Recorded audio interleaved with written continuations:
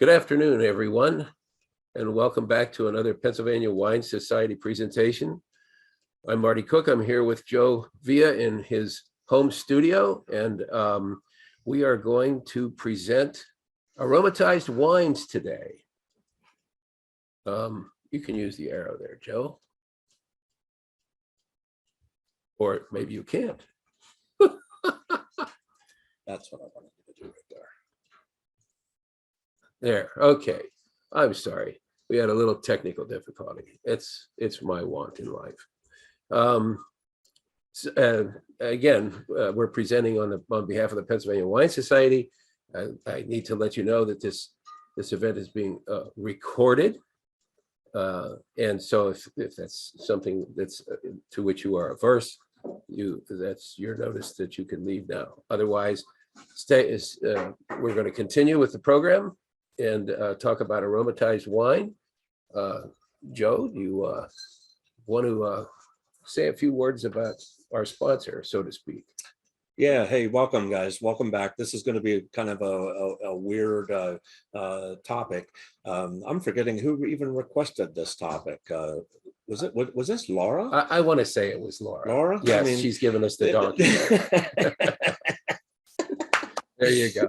You can't get any more far out of a wine topic than where we're at here today.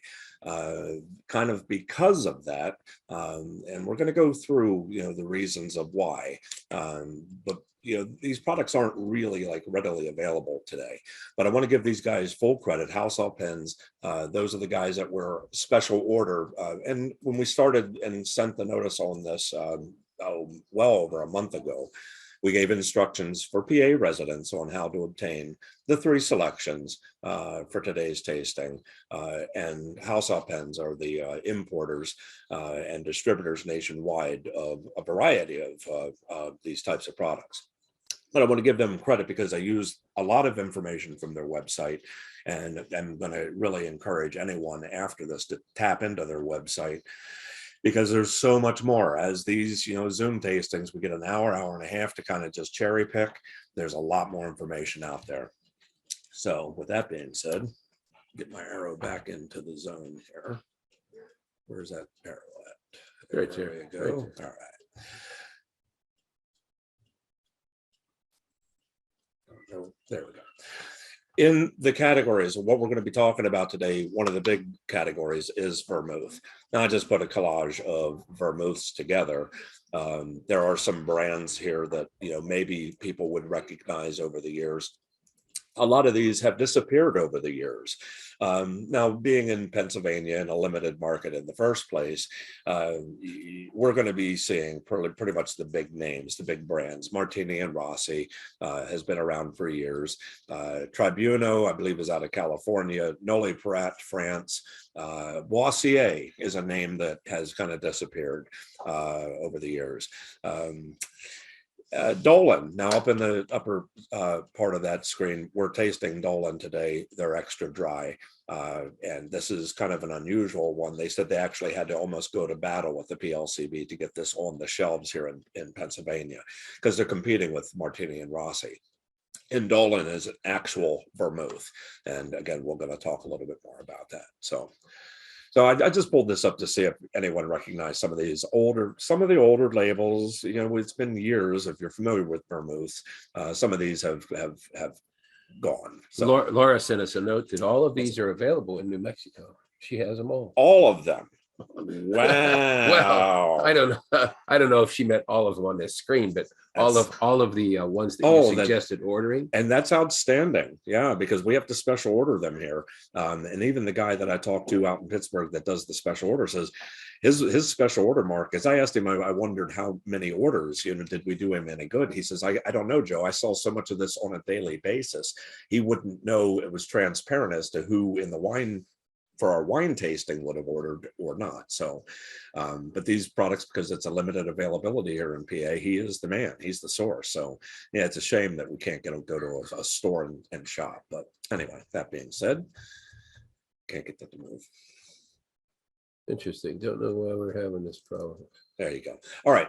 So that being said, You guys know that I love my maps, but in vermouth, there is parts of the world that I would like you to focus on, and that being Eastern France, southeastern France, and northwestern Italy, pretty much are going to be, I want to call it the vermouth zone, if you will. Many of the big brands that we see on the shelf come from this area.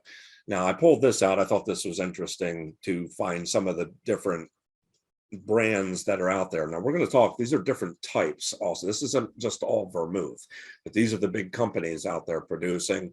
And I like this map because it kind of points out, where they're located. Get an idea of where the Alps are in the center there of the map. To the left of that is today's France. To the right of that is Italy. And pretty much stylistically will define two of the big categories of vermouth. And one of them we're having today with the Dolan, Vermouth de Chambray. As I said, aromatized wines is really a hard category to understand, but let's try to break it down into really the simple four basic categories of vermouth. Quinquina. I don't expect you to kind of remember it, but it is what it is, and it is the category. So, where we're starting today with Dolan vermouth, we're then going to go into Quinquina, and then we're going to go into Americano, and then we'll discuss Vino Amaro or Cenato. Believe it or not, there's a wine made from Barolo. If you know Barolo from Piedmont, yes, Barolo made from Nebbiolo, premium Nebbiolo. They turn into a flavored wine called Cenato in that area. So, but keep in mind, there's really four broad types or categories, and each has its own primary flavoring component. So, and that'll be the defining thing between each of the categories. But kind of before we even get into, the four categories, I'd like people to start asking those questions of why do these wines even exist? Why do these products, why are they on the shelf? When we talk about vermouth, you've probably heard about Manhattans or martinis and things like that, but what about consuming these products as a straight beverage? What about consuming the vermouth as a wine itself? Any one of these consumed, I'm going to recommend before we go any further, if you have any of these products, before you even mix them up, try them straight up. Marty and I both have each one of these straight up on our sides. And then we also will, cheers, Marty. Good to see you, bro. So we'll be trying each one of these as we go through. And as we discuss, and then we'll be doing the cocktail, as we said. So, but I want you to think of why they came about, having these things in the first place. First of all, think about when these products, for the most part, may have been created. We're kind of spoiled in today's environment. I say we are because we kind of have everything. We don't have to depend on other things to get our medicines or whatever. When were these things created? How about preservation? Were they created to help preserve a wine, maybe? Because there are some of these wines are actually fortified and do have alcohol added. Are they created to help preserve a wine? To help disguise the flavors? Were some of these wines just, maybe not so drinkable, so they decided to add different herbs and things to them to help disguise the flavor?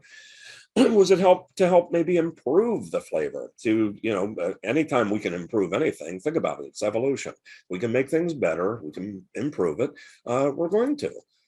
They're no different. Was it to intensify the flavors? A lot of these products start with a very light wine base and then are flavored up with different herbs and fruits and different extracts to intensify the flavors. And it's those blendings. And think about it, guys. This is something that didn't happen overnight. This is something over 400 years has been an evolution of experimenting to where we're at today. And that's why I say I want you to ask why, and primarily medicinal.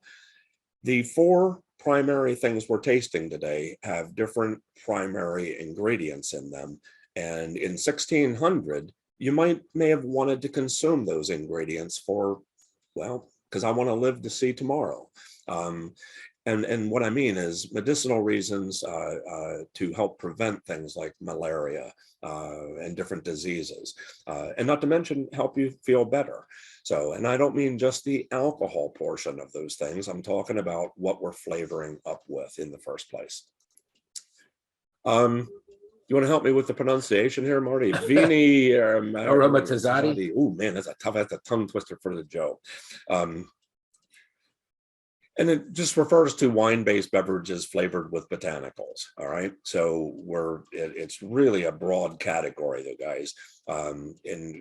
Aromatized wines also kind of goes into what we refer to as aperitif wines, and aperitif really refers to open alcoholic drinks before the meal as an appetizer. A lot of these things have evolved into alcoholic beverages today. These are all wine-based. Again, there is some alcohol added, but the base, what we're starting with every one of these is wine. Flavorings added in wine and beer, it's nothing new. It's been done from the beginning, including mead. So, anything we can do to improve or make things better, more palatable, if you will. And that's kind of strange because some of these products we're tasting today are on the bitter side. Again, talking about things that are palatable, but sugars, natural flavorings, caramel coloring, they can be added to these products. Again, we're talking 4 broad categories, and different things can happen in each one of these. In each one of these, there's only one that's an exception. Every one of these can have spirit alcohol added for stabilization. Spirit alcohol, that's your neutral brandy alcohol, no flavor, but certainly is going to be why you'll see a 16, 15, 16, maybe 17% alcohol in some of these products, is because they've added that neutral spirit.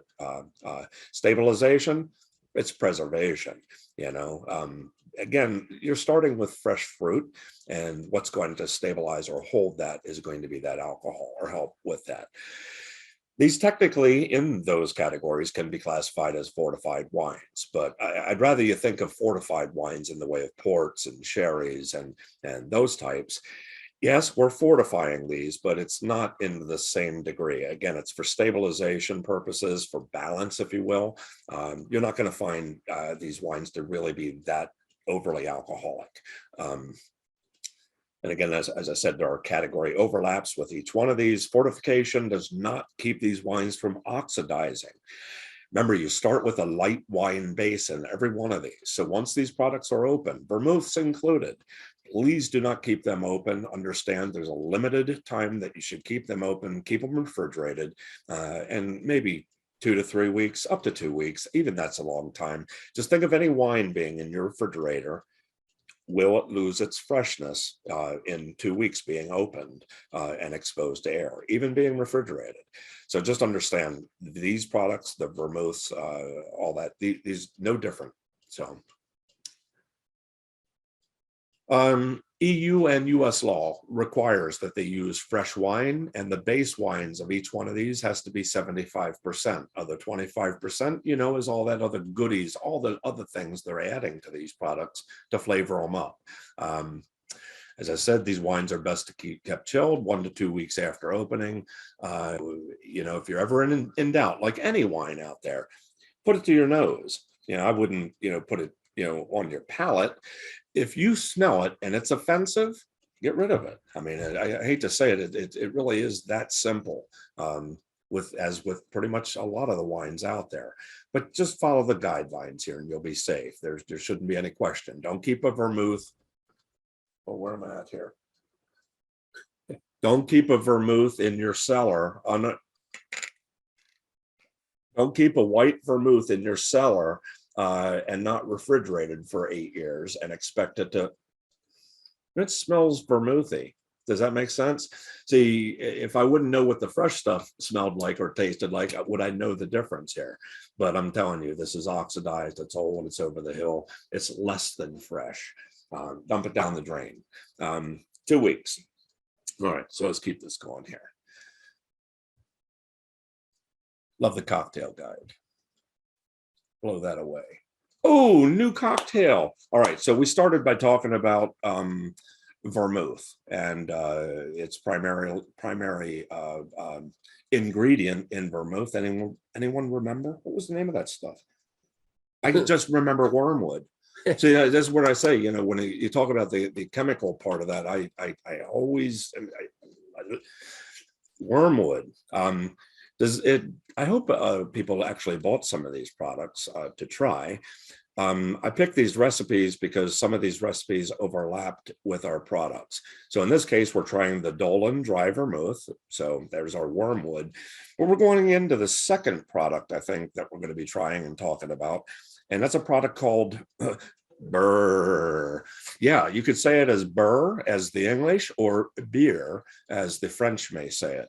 So beer or Burr, either are acceptable. This is a product, when I started with the Liquor Control Board in 1984, was readily available on PLCB shelves. I have the old price book, so I know it was there.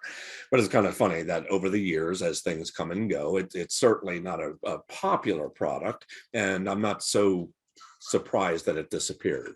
But anyway, if anyone has this out there, oh, cheers, Marty. Cheers, Joe. Man, look at that. Man, we just had like these drinks just, oh, let's give credit. Now we do have two, what are they called? Barissimas or something.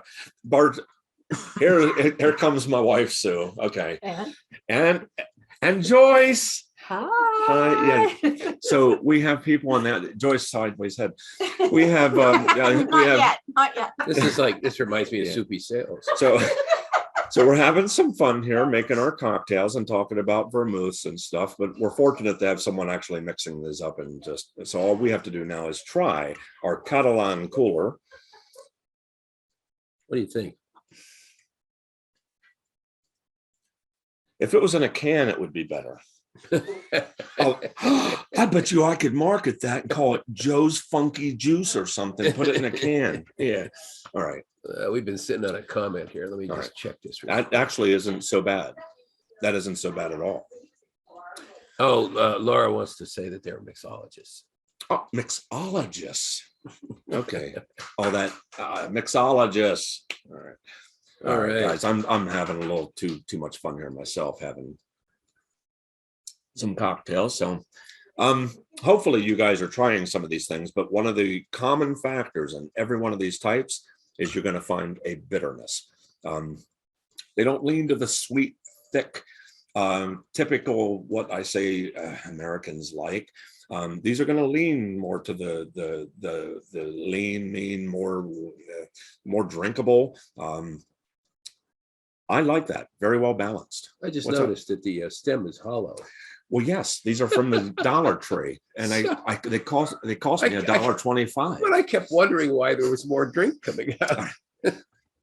Yeah, it's the endless glass. There's a straw. Bottomless. There's a hose. Yeah. So anyway, if anyone has had this, I would love to hear your comments. If you've tried vermouth, if you've had the Burr. Now we're going to move into Burr here shortly, or beer, however you like to say it.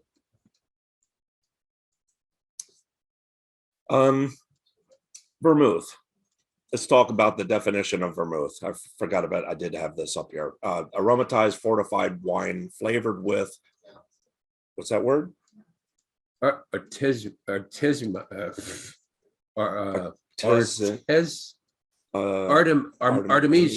it. Artemisia. See, the more you drink, there's a game around this. There's a game around this. And this is where I say, if you just say wormwood and other approved natural herbs, fruits, spices, flavorings, comes from the German word for wormwood, vermouth, recalling Germanic tradition dating to the Middle Ages. Infusing wine with wormwood in any meaningful quantity imparts great herbaceousness and a bitter undertone. Now, vermouth, I don't know if you're aware, we say vermouth here in the English, but if you go to Spain, you'll see that their vermouth is vermouth, M-U-T, vermouth, if you want to anglicize that, but vermouth is the Spanish. And notice this is one of the leftover Emilio Lostal. They're actually a sherry producer in Spain, but they also make vermouth. Made from Moscato of all things. So vermouth, some pictures of The oib. the oib. Yeah, and to think about the medicinal, is there any benefits to wormwood? Now I threw this out as a loose one here, reducing fever, improves digestion, menstrual discharge, gets rid of nausea, fatigue, relieves stress, anxiety, and promotes discharge of bile from liver. No, we don't want to even talk about that. But there are health benefits, and I want you to understand that these things were consumed not always for their flavor, but more for their pro-medical benefits. In vermouth, believe it or not, we could even break this down, and we will. The one we're having comes from, there are 4 principal production regions of vermouth, and each produces their own distinctive style using different grape varieties in the making of that vermouth. 2 of the vermouths come from protected designations of origins, or DOs, European law. One is Vermouth di Torino. Now, I just pointed out, this is a brand that's no longer on PLCV shelves, but Alessio. Alessio is a known brand, and this is indeed Vermouth di Torino, and very specific to that area. Grapes are grown there. Everything they use to make the product is indigenous to that area, and why it's a DO. The other one is Vermouth de Chambéry, and this is the one we're having today with Dolan's dry vermouth. And as it says, famous for their clean, light floral style. What we've had here today so far, we started actually earlier with the martini, and then we just had this. And this actually is a very, very clean, light vermouth. That being said, I could also see that it needs to be consumed fresh, and I like what we're having here. I like this. I've done more drinking today than oh yeah, the vermouth de Chambéry. This is very important because when you talk about the martini, this is the vermouth that actually made the martini famous. That 1-to-1, 1 part gin, 1 part vermouth. Shaken, not stirred. Or it could be vodka. I say gin, but it could be vodka. Think about it. If you use vodka, you would get more of the vermouth character and flavors, as opposed to the gin. You're going to get that juniper character as well. So, Chambéry. Also, what we're having here in the Dolan is the home to the first clear sweet vermouth called Blanc. We're having a product also later on today called Americano. Americano is very close to this category of Blanc in vermouth. If you guys have never had Blanc vermouth, I recommend. We could only do so many here today. We had to try a dry vermouth. That's why we did the Dolan dry. But it's the blue label right there in the center at the top. It's the Blanc. They actually used muscat in the production of that wine. Not muscat, excuse me, but it is it is a sweet vermouth. I'm confusing that with the Italian, with the Americano. I mentioned earlier, Vermouth de Rus. This is going to be is one that's on the plate for approval. This is in Spain, just down in, well, where I said a lot of these products are made in southeastern France. Just go due south of that across the Spanish border, Catalonia. And that's where vermouths are also being made. And right now they're waiting approval. So if you see vermouth out there, it probably is of Spanish origin, but it's all in that same general area, guys. So when you look at the map, don't let political boundaries fool you. Marty and I were just talking about this in 1600. It wasn't France and Italy, and it wasn't carved up. It was a different whole one area. So anyway, a lot of history here. In this area, as a lot of vermouths, even though we picked, some white wines today, most of the vermouths are red, and the vermouth, and again, most of these are sold as red Rojo wines. If you can, they recommend you serve these on ice with olives and potato chips, very specific with vermouth.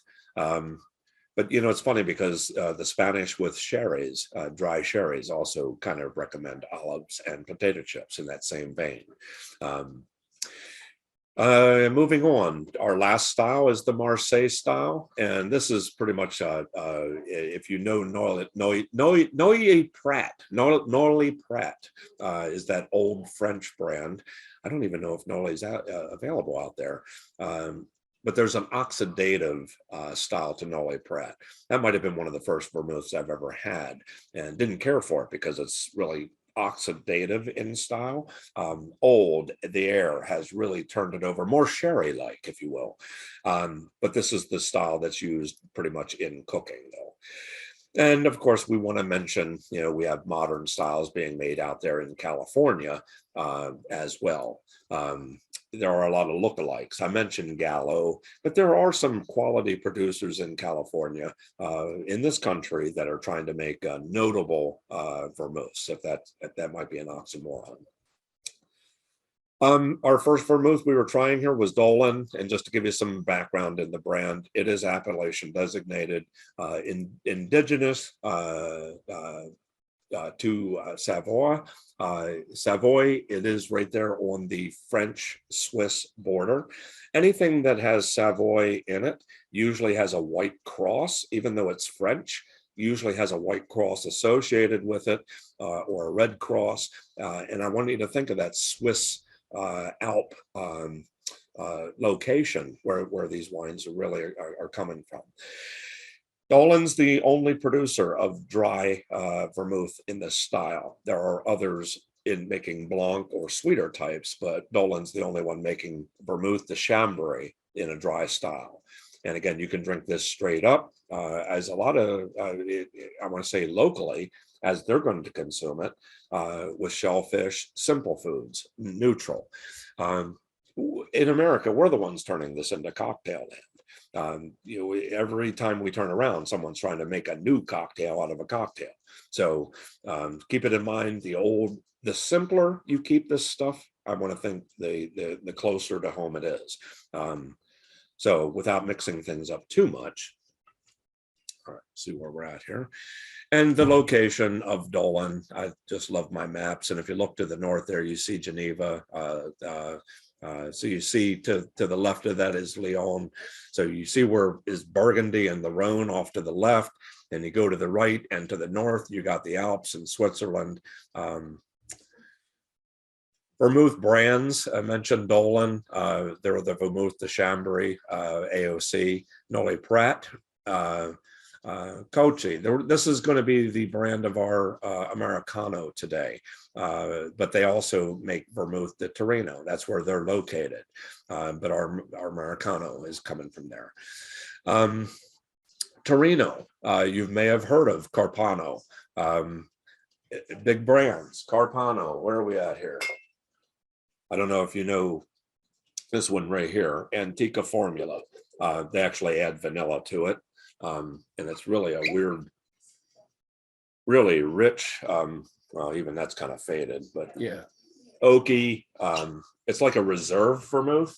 I don't really quite understand the Antica, if you want the truth. That's out of my league.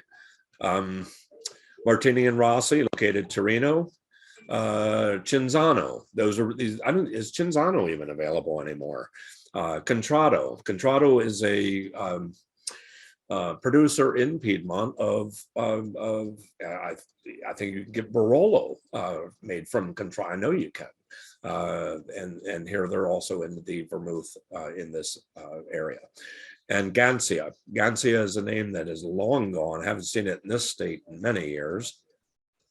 Just trying to throw some brands out there to you guys. Boissier, brand from, well, used to be France, is now Italy.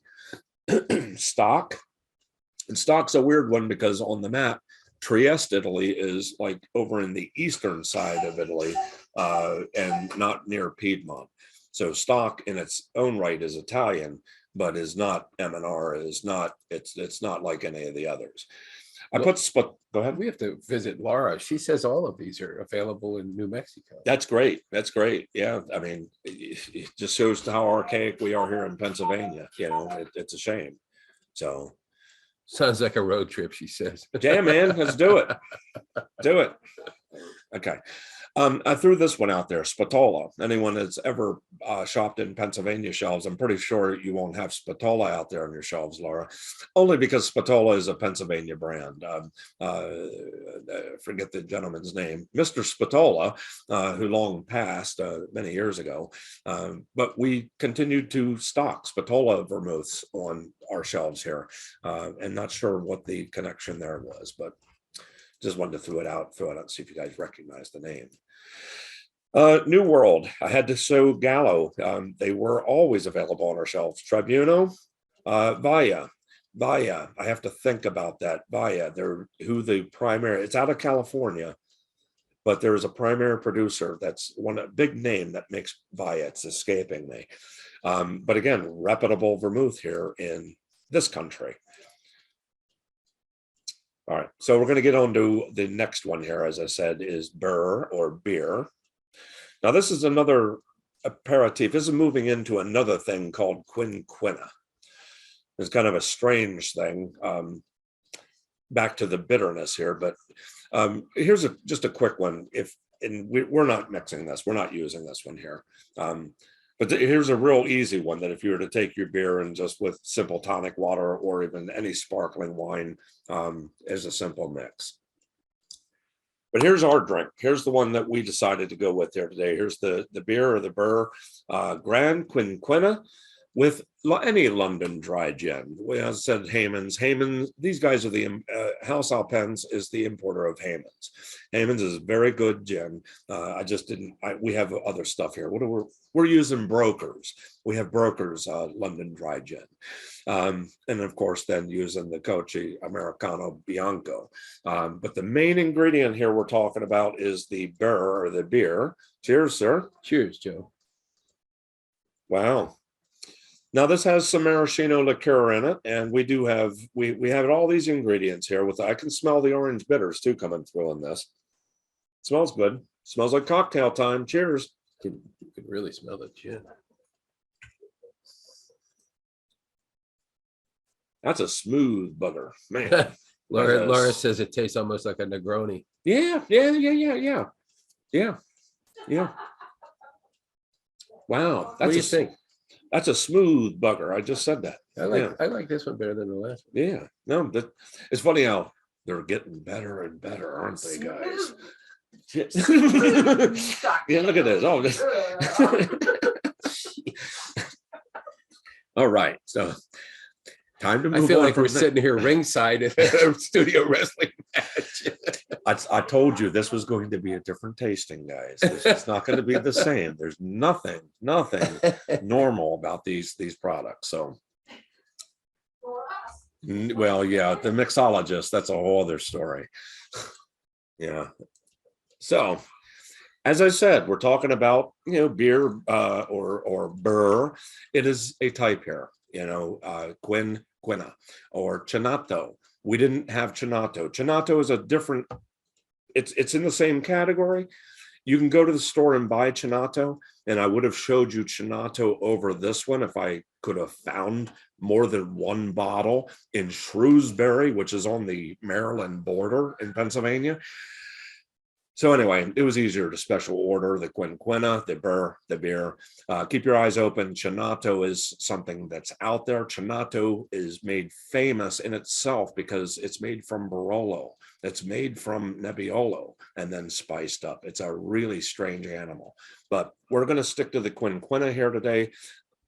Aromatized, fortified. Let's keep to that. As the vermouth was fortified, so is Quinquina, is fortified wines flavored with cinchona bark, aka or also known as quina, also known as quina, or known as quina. Hey, they're all.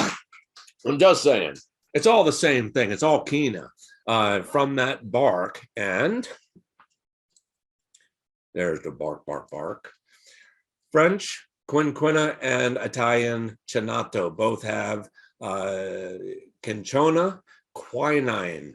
Think tonic. When you think tonic water and that quinine, if you've had tonic water, has that quinine in it, that bitterness. That's where it's coming from, is this bark. It's the prime botanical, but have different traditions for the wine base. Italian Cinato usually uses red wines, as I said, Barolo, Nebbiolo of all things, while French Quinquina has a tradition of using Mistel, a fortified grape juice. So think of, I don't know, grape juice, just with some barely added alcohol, maybe light port-like wine. So when I say Mistel, think of a light port-like wine, something that's fortified, has a lots of sweetness, and that grapey kind of a flavor. Cinchona imparts sweet, flat, drying spice flavor experienced in the back palate. And again, if you have these products, try them straight up as well, guys, because that's really where I think you're going to experience what the root is, what you'll remember. Is the French Quinquina, is it a white drink beverage? Would you think? No. I mean, grape juice is typically white. Well, no. Here, we're drinking it right here. It's kind of brownish reddish. It's brownish reddish. And this is from Corsica, and it's made with the white grape. So what the additives turn it color a little bit. Which one do you have, Laura? Well, we have one that you're probably not doing, but this one here, I don't know if you can see it. Let me look at ours. Oh, Where- cool. Okay. So it's from Corsica, you say, Yes. and they're using a white grape. Yeah, the Mistel. But it's a brownish color because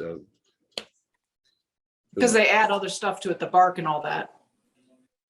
Yeah, but Mistel, my understanding, Mistel is going to just, it can be red or white.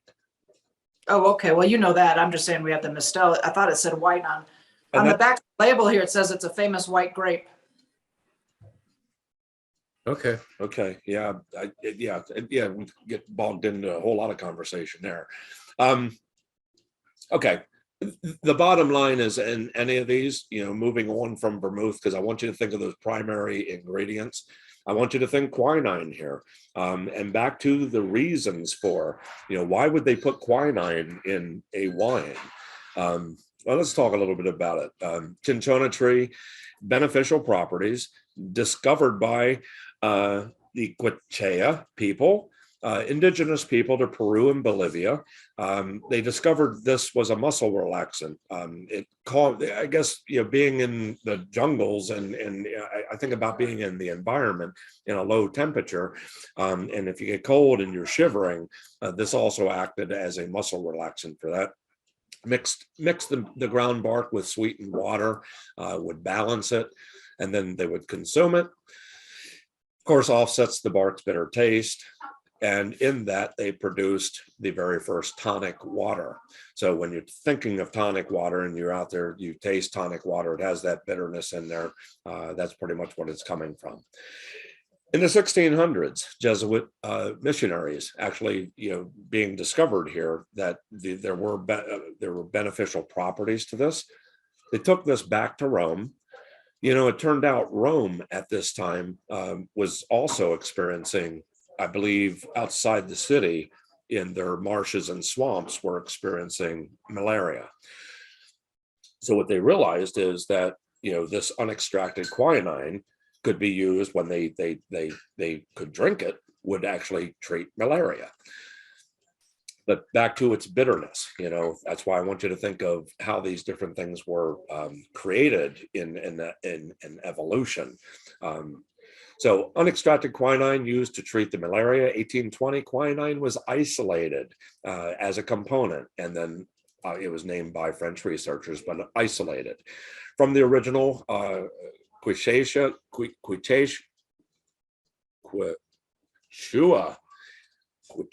I can't. I'm getting. Joe, they're called the Quechua people. Quechua. Thank you. Quechua. Inca, and from the cinchona tree bark.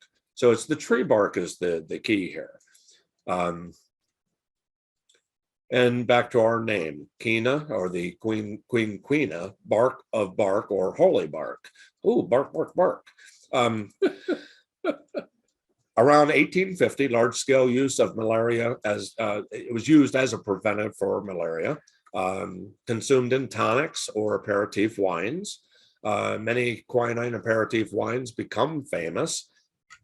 And what we mean by that is, some of the brands, like we're having beer or burr today, when you realize how long these things have been produced and on the market, you'd think maybe they would just be almost standards, that maybe we should all live in Arizona, right? That they should almost be standards on a shelf. New Mexico. Or New Mexico, I'm sorry, not Arizona.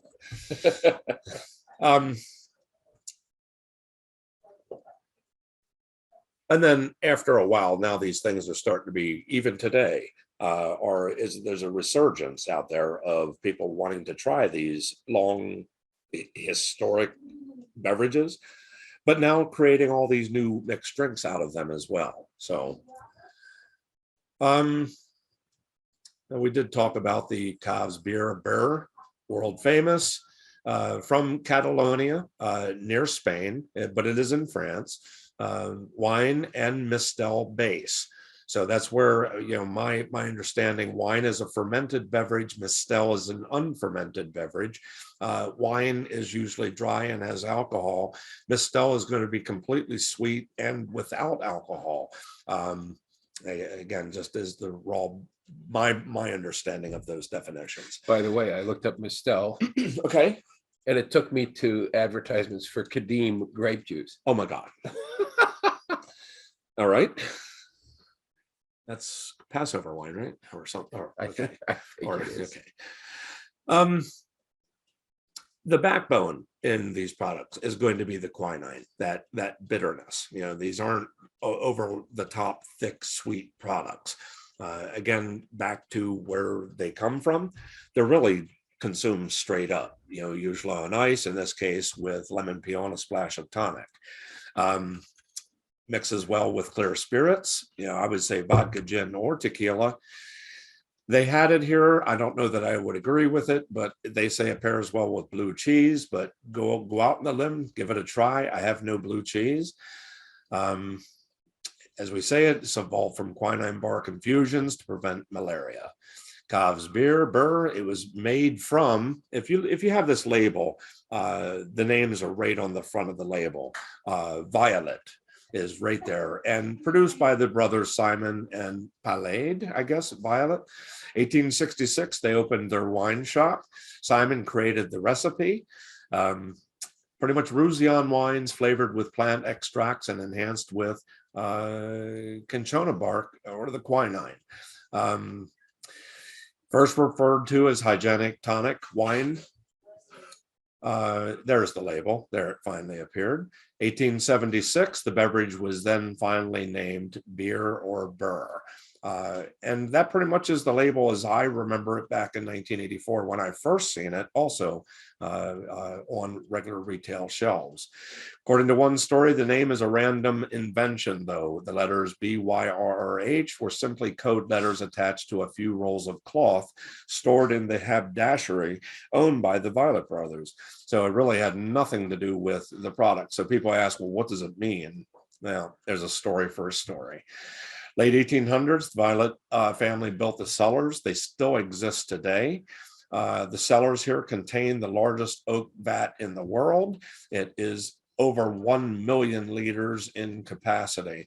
If you look at the front of any, I think on the label and even their logo, the barrel is part of their logo here at Burr or Beer. And if you look at the map here, you see just north, this is in France, but you see how close we are to Spain, just that one political border. But other brands, Bonal, this is also imported by the same folks who kind of sponsored us here today. Dubonnet, you've heard of Dubonnet, it's still out there on the shelves. Yes, it was originally made in Paris. The map we looked at earlier had it in Paris. It was scratched out. There is no new place in France because Dubonnet was bought by one of the Kentucky bourbon peoples and now is made in Kentucky. So, yeehaw. And I make this up. I do not make this up. Lillet, another brand, one of the French names out there that we are familiar with, made in Bordeaux. And we could talk about this type of wine all day long because the style that this is made in is very unique and I want to say to Bordeaux in that area and the grape varieties they use. Beer or Burr, yeah, Roussillon. This is in that southeast portion of France, down next to the Spanish border. Saint Raphael, another one that used to be on stores regularly and has disappeared. This category isn't real popular, so I can understand why only niche kind of shops are going to be the ones stocking this or special order. So here's where we're at right now is our next drink with the Americano, and we'll start talking then about Americano. Cheers, Marty. Cheers, yeah, Joe. Man. Ooh, that's a neat little orange wedge or slice we got in there. Yeah, we're getting the treatment here, I'll tell you. I like it. Now this is, you see a blend of, and this is mostly Americano. This is mostly the wine. Americano is made from a base of Muscat. Where this is made from, where this comes from is Piedmont as well. So if you know Moscato d'Asti or Asti Spumante, Moscato is what they're using, same area. The red version of this is made from Brachetto, which is also the red sweet grape coming from the same area. Tasty, tasty. More on the orange side of things. Maybe I'm getting that because of the orange peel. More of a bitterness here. The bitterness here is way more pronounced than even in some of the others. It's got a little bit of a bite at the end. Balance. We're looking for balance here. And because this really only has club soda and the Bianco, it's kind of unique. Americano. This is kind of a quinquina subcategory, though. It's aromatized, fortified wine. Fortified, again, the first three now we've talked about have been fortified. The last one will not be. But this also is fortified that uses wormwood. And is that gentian? I believe, I would say it that way. Gentian in flavoring profile. Gentian is going to be your big key here, where wormwood was in vermouth, and quinine is going to be in your quinquina. Gentian is going to be in Americano. Gentian is one of the most bitter in our wine classes. We used to give people a drop of Gentian just to show how bitter can be. Play on the name Americante, Italian term for bittered. Don't think American. I want you to think amar, A-M-A-R. Amar is really the word, not American. Okay, see, we want to think American. No, not so much. Amar is referring to the type of beverage here. Italian term for bittered, as well as a nod to the American way of adding bitters to vermouth. The main botanical, gentian, as we said, gives floral, a radish and earthy note. Isn't there a liqueur made from that? Amaranth? What? The Amar. Americante? Or there's a, I don't know. I'm thinking of something. I don't know. Here I'm getting way more bitterness. And as I said, gentian, as in my experience, we used to use it in our wine classes to show how bitter can be. And it's my understanding it is one of the bitterest products out there. So, but back to, we're talking about, think about the possible medicinal properties and uses for each one of these. Americano, category of aperitif wine. You wouldn't know it, but I say I put this next to a vermouth, closer to a vermouth, even though they have it in the quinquina category. Yeah, it's an aperitif wine, Italian EU law, derived from gentian. So that's the primary component in Americano. It is the most bitter of bitters. Yeah, from the Italian word Americante, or bittered. More intense fruit notes and sweetness. Coming from the vermouth was one product. This does have a different flavor profile, I think, because of them using Muscat, and then using that gentian is really picking up the bitterness. That would be the third one that we have. Yes, this would be the third one, or right for me here. To try it straight up.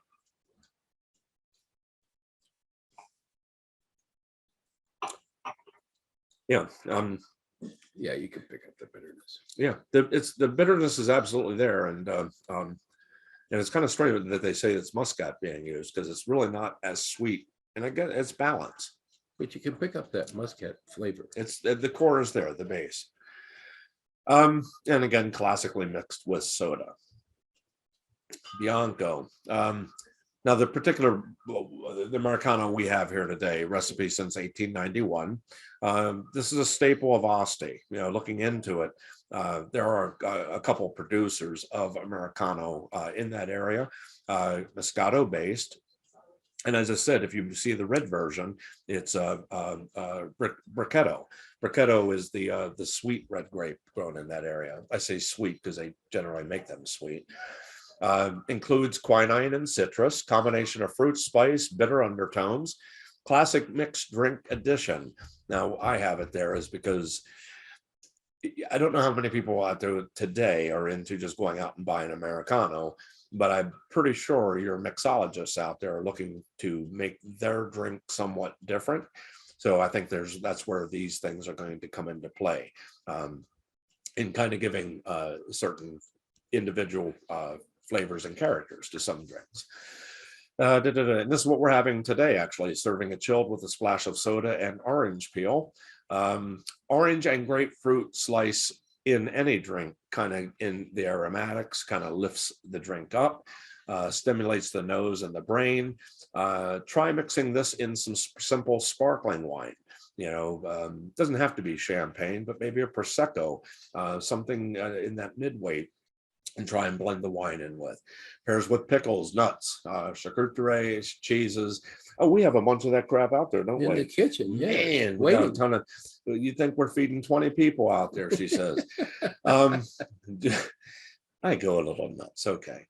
The all-purpose aperitif, perfect before a meal. You didn't get any pickles. I didn't. Yeah. Damn it. All right. Keep bottles chilled. As I said, these are based on fresh wine. So once they're open, the oxidation is going to start right away. They will be less than fresh tomorrow. There will be a noticeable difference. Try to use within a few weeks, obviously, for best results. Okay, benefits. The Gentian, just throwing this up there, migraine, sinus infection, menstrual cramps, fatigue, weakness, it goes on, hypertension. I want you to, I'm not getting behind these as a medical doctor. I'm trying to give you an idea that these beverages had been consumed over the last at least 400 years for their primarily medicinal uses.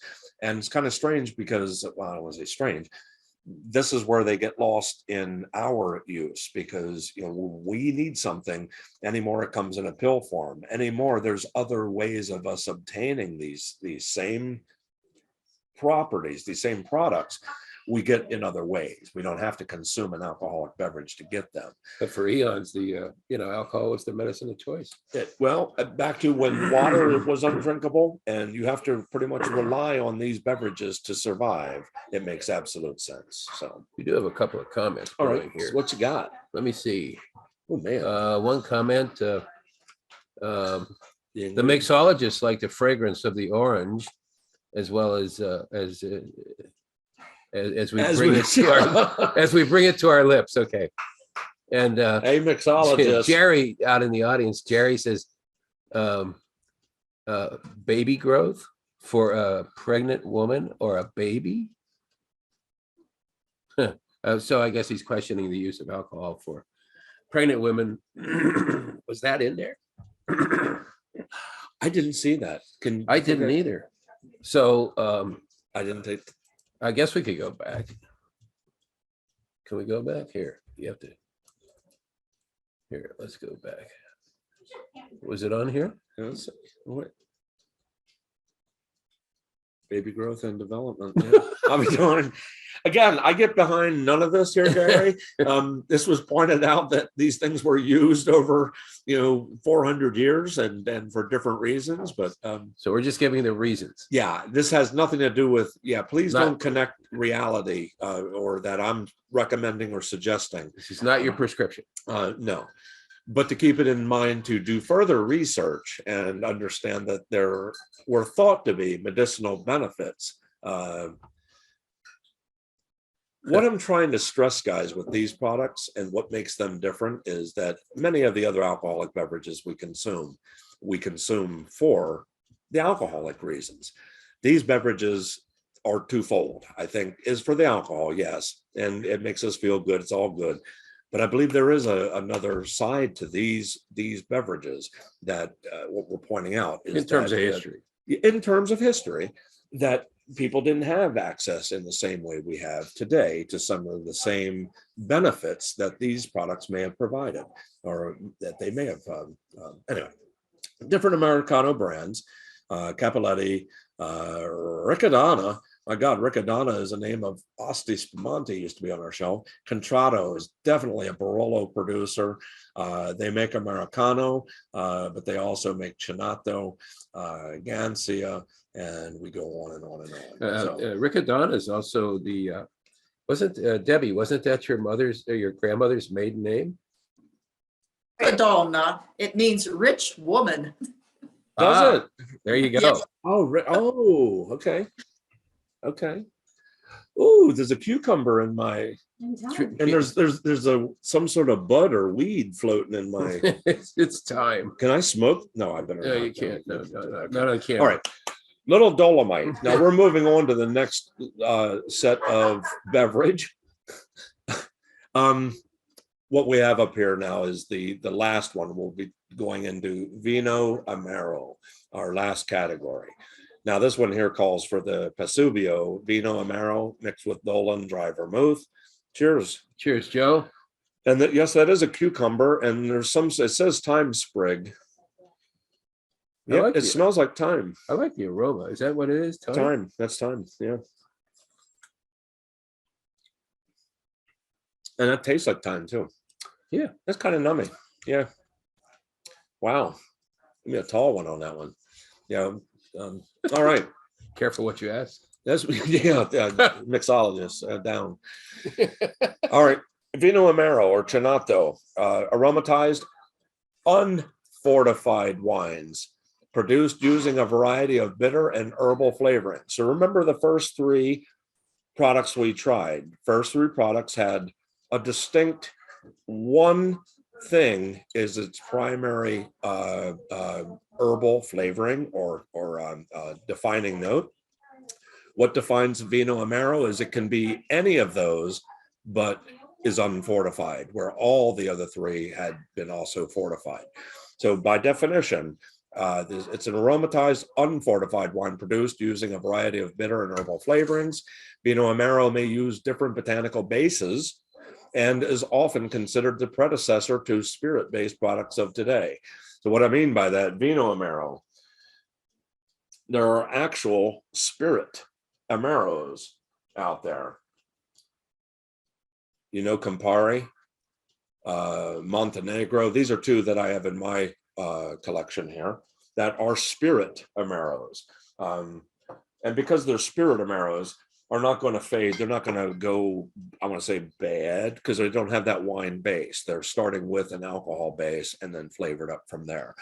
So these wine-based products in many ways, because they don't last, they only have a limited, once you open them, they're going to expire like any wine. Some of these have actually moved into the spirit-based products we know today. But if you look at the history of some of them, they started out actually as wine-based.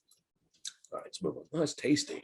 That's a nice finish on that. Yeah, man. Yeah, that is good. We've got to do cocktail hour more often with wine. Laura, you did a good one here. Man, I'm liking this. For Vino Amari or Amari, the plural, I believe, of Amaro, think outside of those big three, you know, the first three that we were talking about with wormwood, gentian, or quinine. Because these can use the different botanical bases, considered the predecessor to many of the spirit-based products. Few wine-based examples still exist. This is one of them you can still get. There's only a handful of these anymore. Now, unless you're trying this up against a spirit version, more vinous texture, meaning it's winey, it's lighter. It's not whacking you over the head with alcohol necessarily. And back to why these are becoming more, I want to more bar friendly, is because of the mixability here. Because they're a little bit lighter, possibly in their makeup. The brand here that we're trying of Amaro, Cappelletti. Now they do make other products. This is kind of on the far out wing of what they do, but I thought this was an interesting thing to try. Established 1906, south of Trento. Now this is in Italy. Trentino, Alto Adige is pretty much on the northeastern side of Italy, where Piedmont being on the western side, the northwestern side for the others. So location a little bit different here. As we know, products focus on traditional herbs, roots, and flowers. They are famous in this region for making these types of products.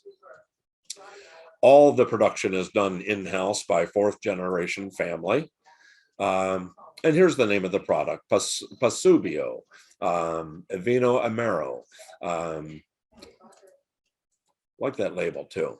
They say it's the taste of the Dolomite Mountains, the Dolomites, and a lot of your Pinot Grigios on at least Pennsylvania shelves. Many of your Pinot Grigios are going to come from this area, that northern part of Italy. Trentino, base of rich aged wine. That being said, I don't know if there's a port-like quality to this. Marty and I were just discussing this. I don't know if Laura, if you guys have the Pasubio as well. I'd love to hear comments on this because I found this individually to be the most interesting of the four selected today. I say interesting because I smell blueberry, I smell pine, I smell berry. I mean, it's just really an interesting wine, and I would think it would be almost a liqueur by what I'm smelling.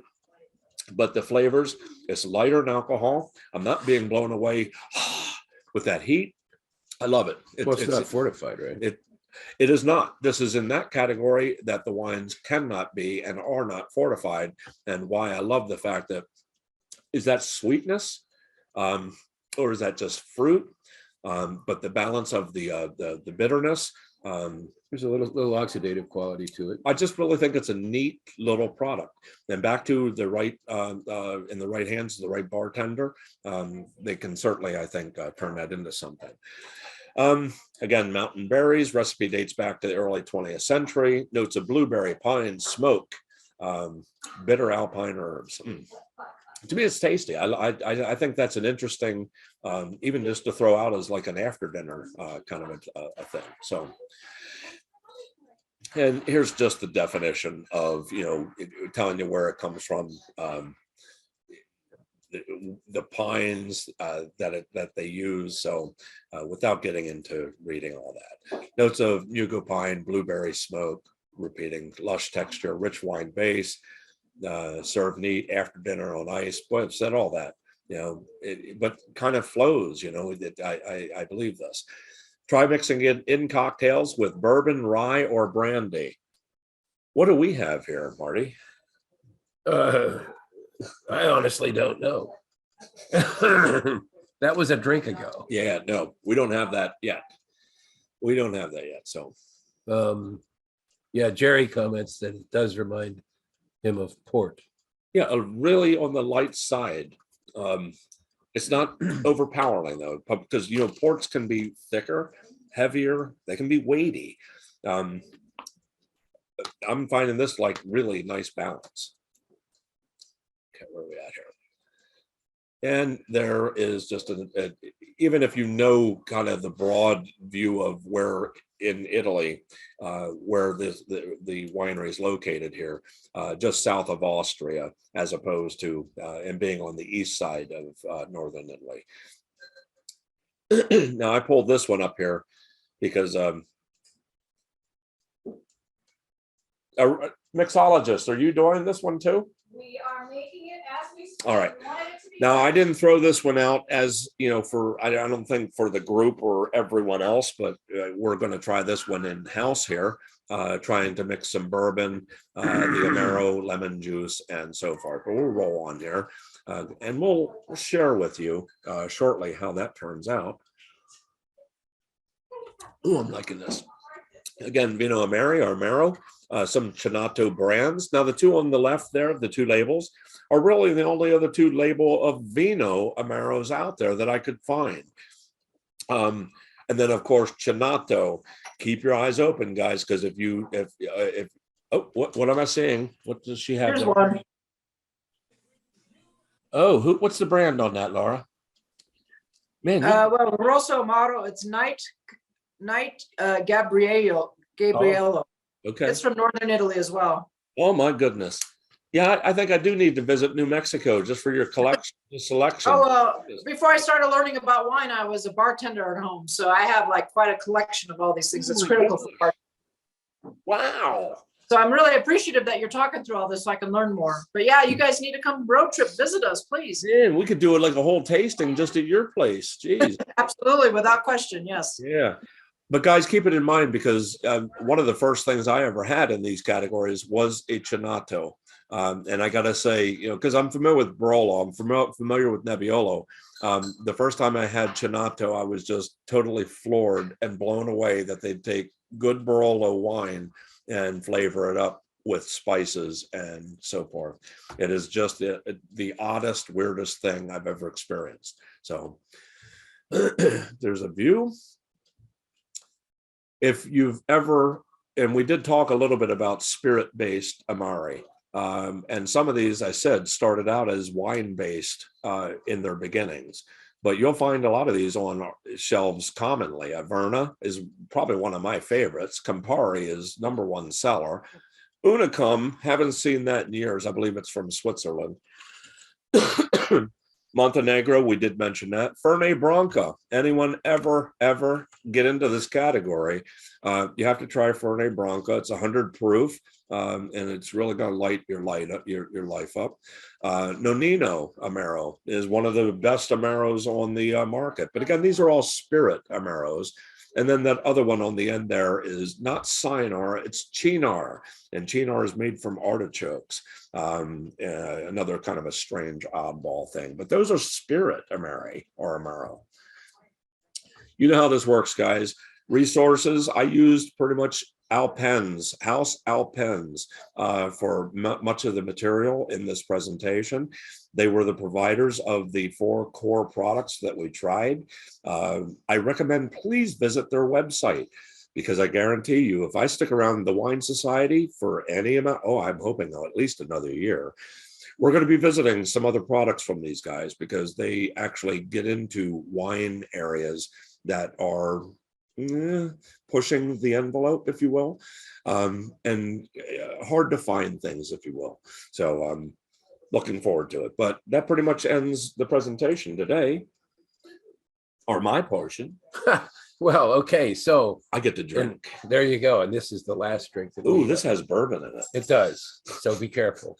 And so I want to thank you, by the way, Joe, and as well as the mixologist in the kitchen. Oh, yeah. And everybody in the viewing audience. I hear clapping. Yes, they're happy mixologists. And for anybody out there who isn't familiar with our organization, of course, check out our website at www.pawinesociety.org for more information. 2 weeks from now, Joe will return with another event focusing on champagne. Champagne is a place. Yes, it is a place. And we're not going to be talking about sparkling wines. Technically we are, but specifically champagnes, not Prosecco. All day, champagne, not Cava. all day long. Yes. So,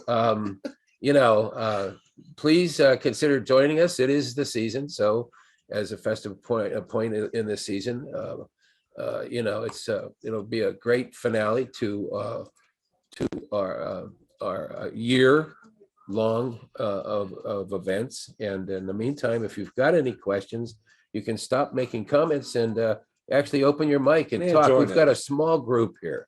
Join in, guys. Come on. I want to hear what you have to say about some of these drinks.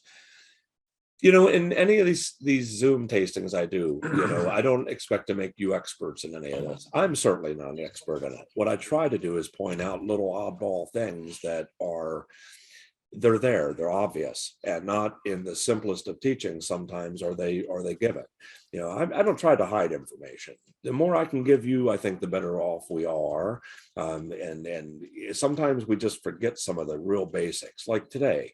Just ask those basic why did you, where did this come from? Why? And you'll find it's rooted out of, there was a reason. They didn't throwing something at a wall and hoping to make some money on it. You know, it was made for a reason. And what we're seeing today is just that history still on the shelf. And I can appreciate consuming these more for the historical fact than I can for the, wow, man, I got a really good buzz from that one. It has nothing to do with it. All right. I mean, you know what I'm talking about. I'm waiting for Laura and Debbie and their forthcoming book on cocktails that during, why don't you tell everybody what you did during COVID for the first 263 days or whatever? 242 days. So what we did during COVID is we made I made the cocktails every night, and Debbie has a bunch of vinyl LP albums. She would pick an album and give it to me, and I would look at the title or the artist or the theme or some of the songs. And then I would search the internet for a matching cocktail. And so then every night at 4 or 5 p.m., we would listen to the vinyl album on her Victrola and drink a cocktail. Okay. So how many hundreds of bottles do you have? I have not counted, but I'm obviously a collector. I recently just bought some Albuquerque spirits that are blueberry lavender. So I have all kinds of crazy things. Wow. And I'm really thankful for you, Joe, doing this, because this fortified wine thing, it's really important in the cocktail industry. It's a key ingredient in many things, along with gin. Gin is important too, of course, but so I do have a question though. So somewhere in the back of my mind, I went through an absinthe thing many, many years ago, and that has the wormwood in it too. Right. And I had read, I'm going way off my memory, that wine had gotten too expensive. So then absinthe was a replacement for wine. And, that's more of a 40%. And then that's how Van Gogh cut off his ear, because apparently he was hopped up on absinthe. So what do you know about it? Let's give you a different spin on that. The Bordeaux wine industry, because, phylloxera hit in the mid 1800s. When Bordeaux was they were trying to get their feet back on the ground again and up and running. While phylloxera was going rampant, people went to drinking spirits. Well, in order to get them swung back to drinking wine once the vines were up and running again, then they had to create a kind of a bad story. And that bad story then came around wormwood and the hallucinogenic properties is this bad stuff. And yeah, the wine industry created that. The wine industry created that, I want to say, heavy myth, so people would come back to drinking wine again. That's my understanding of it, the rough understanding of it. That's funny how politics and, that you could make a movie and a story about it out of, yeah. So, yeah, the wine industry, the moutons, they, I think, had a lot to do with the killing of absinthe. So, yeah. So, Okay, so one comment, Jerry says, this was really fun. A whole new category for me. Thank you. And Lynn says, this has been interesting, and I felt I could enjoy the cocktails through you guys. Oh yeah, Lynn. Right. not quite the same as we are. But, we enjoyed them for all of you. It was a sacrifice, but we did it. And by the way, we are recommending specific champagnes, which will be in the forthcoming announcement for 2 weeks from now. Although, if you feel that you don't want to, or you have a better idea, I guess you're always at liberty to go buy something else, as long as it's from the Champagne region of France. Getting on to that just real quick, because that will be going out. Champagne there's many different champagnes out there, guys. There's big companies, there's a lot of small producers. Again, we're limited as to what the selections are here in Pennsylvania. But you get what you pay for in champagne. There's really no such thing as cheap champagne. So when you're talking real champagne, it's hard to find Chairman's Selection. It's hard to find dirt cheap So the wines that were selected really are as cheap as they or inexpensive as you're going to find really for champagne. With one exception, one of them is on the upper end of things.